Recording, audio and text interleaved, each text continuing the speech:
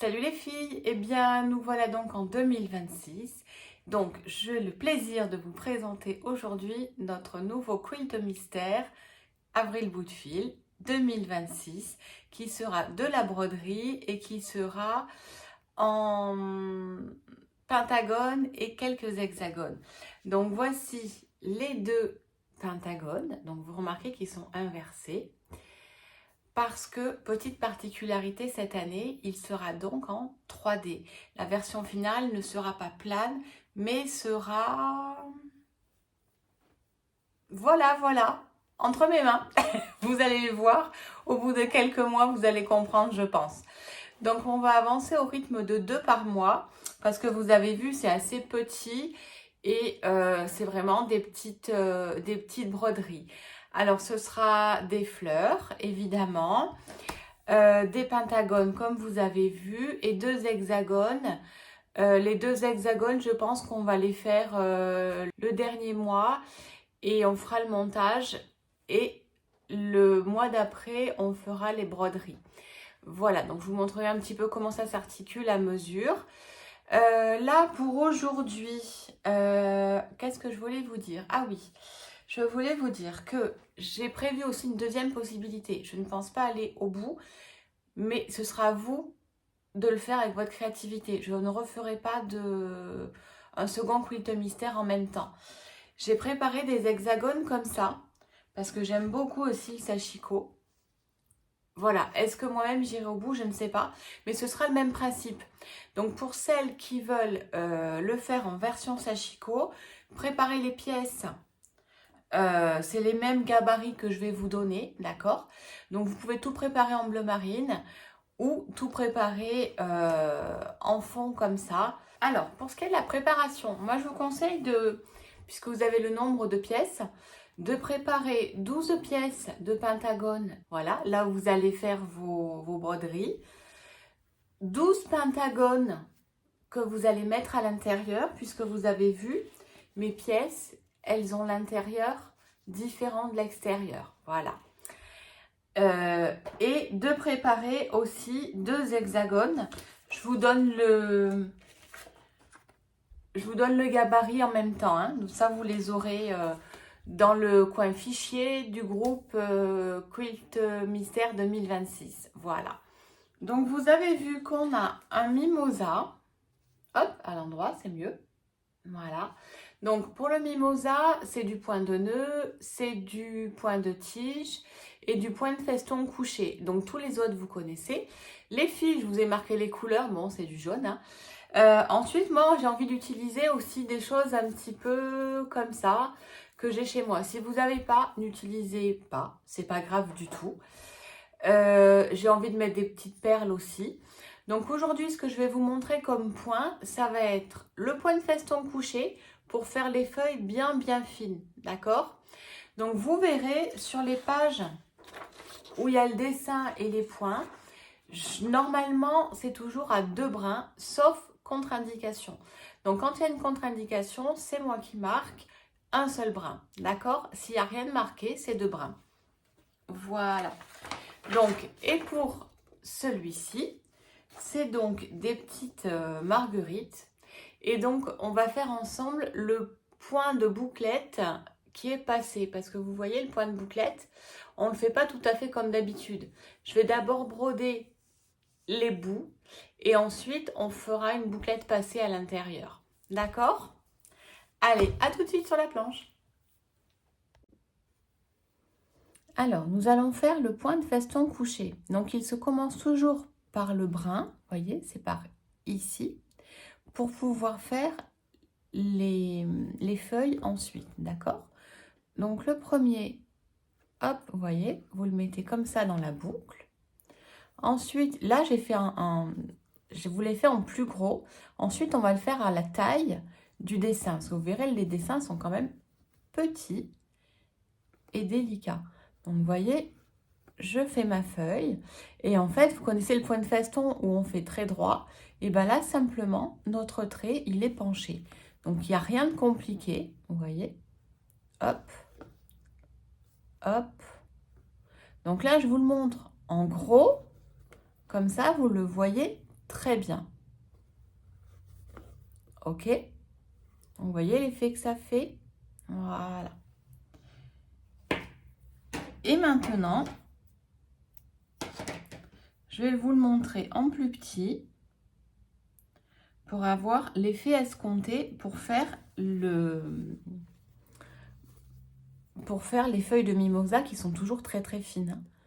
Donc, j'attaque ma première feuille, mais au niveau du brin. Voilà, je fais une boucle sur elle-même et je descends.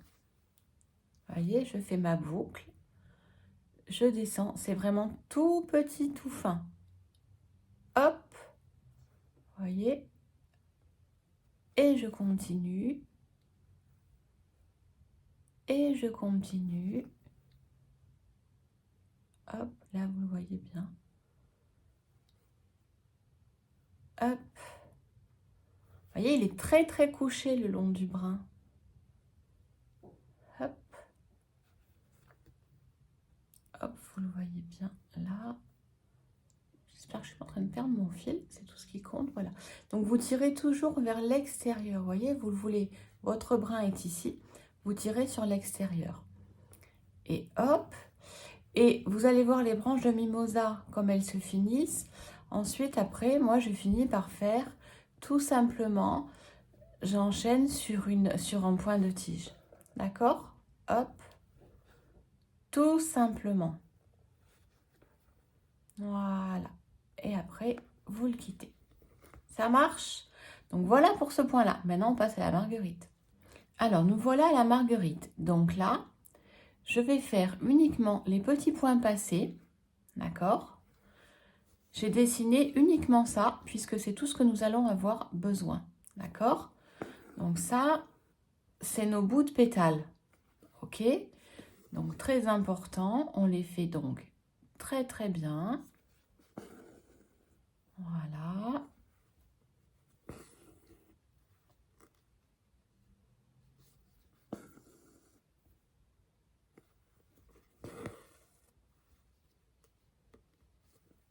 Je vais peut-être pas tout faire parce que ça va être long. Allez, donc là, ça suffira pour que vous ayez une belle idée. Donc j'arrête mon fil, hein. Toujours vous passez derrière.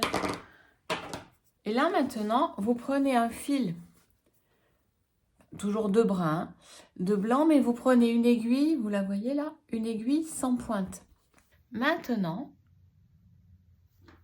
je vais créer mon blanc de pétale, d'accord? Donc, je le prends en bas, près du cœur, je descends, je passe une fois dessous, j'ai bien pris une aiguille sans pointe, hein, et je vais faire tous mes pétales, d'accord? Donc, je fais le tour. Parfois, ça m'arrive de pas d'en sauter un pour qu'il soit bien inséré après, d'accord?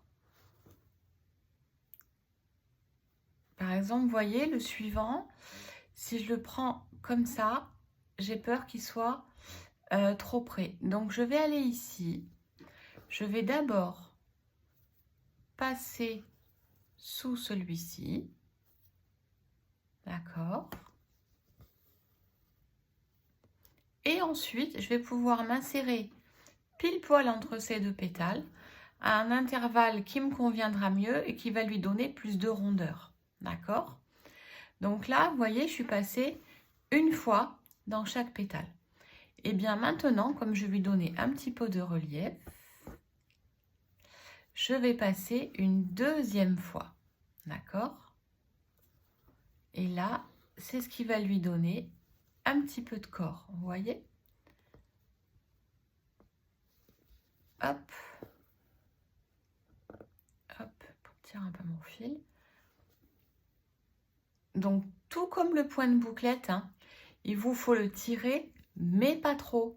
Parce que si vous le tirez trop, vous avez juste une fente. Ok? Donc là, vous retournez dans les points que vous avez fait tout à l'heure. Vous refaites un passé. Et ça va vous remplir votre marguerite. D'accord? Voilà. touc, et le dernier. Donc là, j'ai fait que la moitié de la marguerite, hein, mais vous avez compris le concept.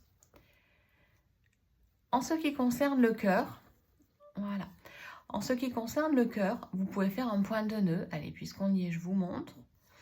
Donc, vous sortez, vous faites 2 tours autour de l'aiguille. Ça, c'est vraiment pour rappel, hein, parce que vous savez faire.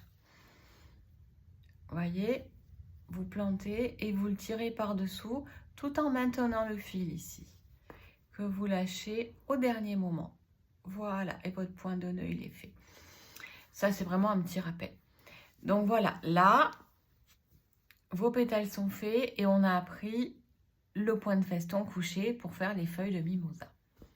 Voilà, et bien écoutez, notre cours de broderie s'achève maintenant.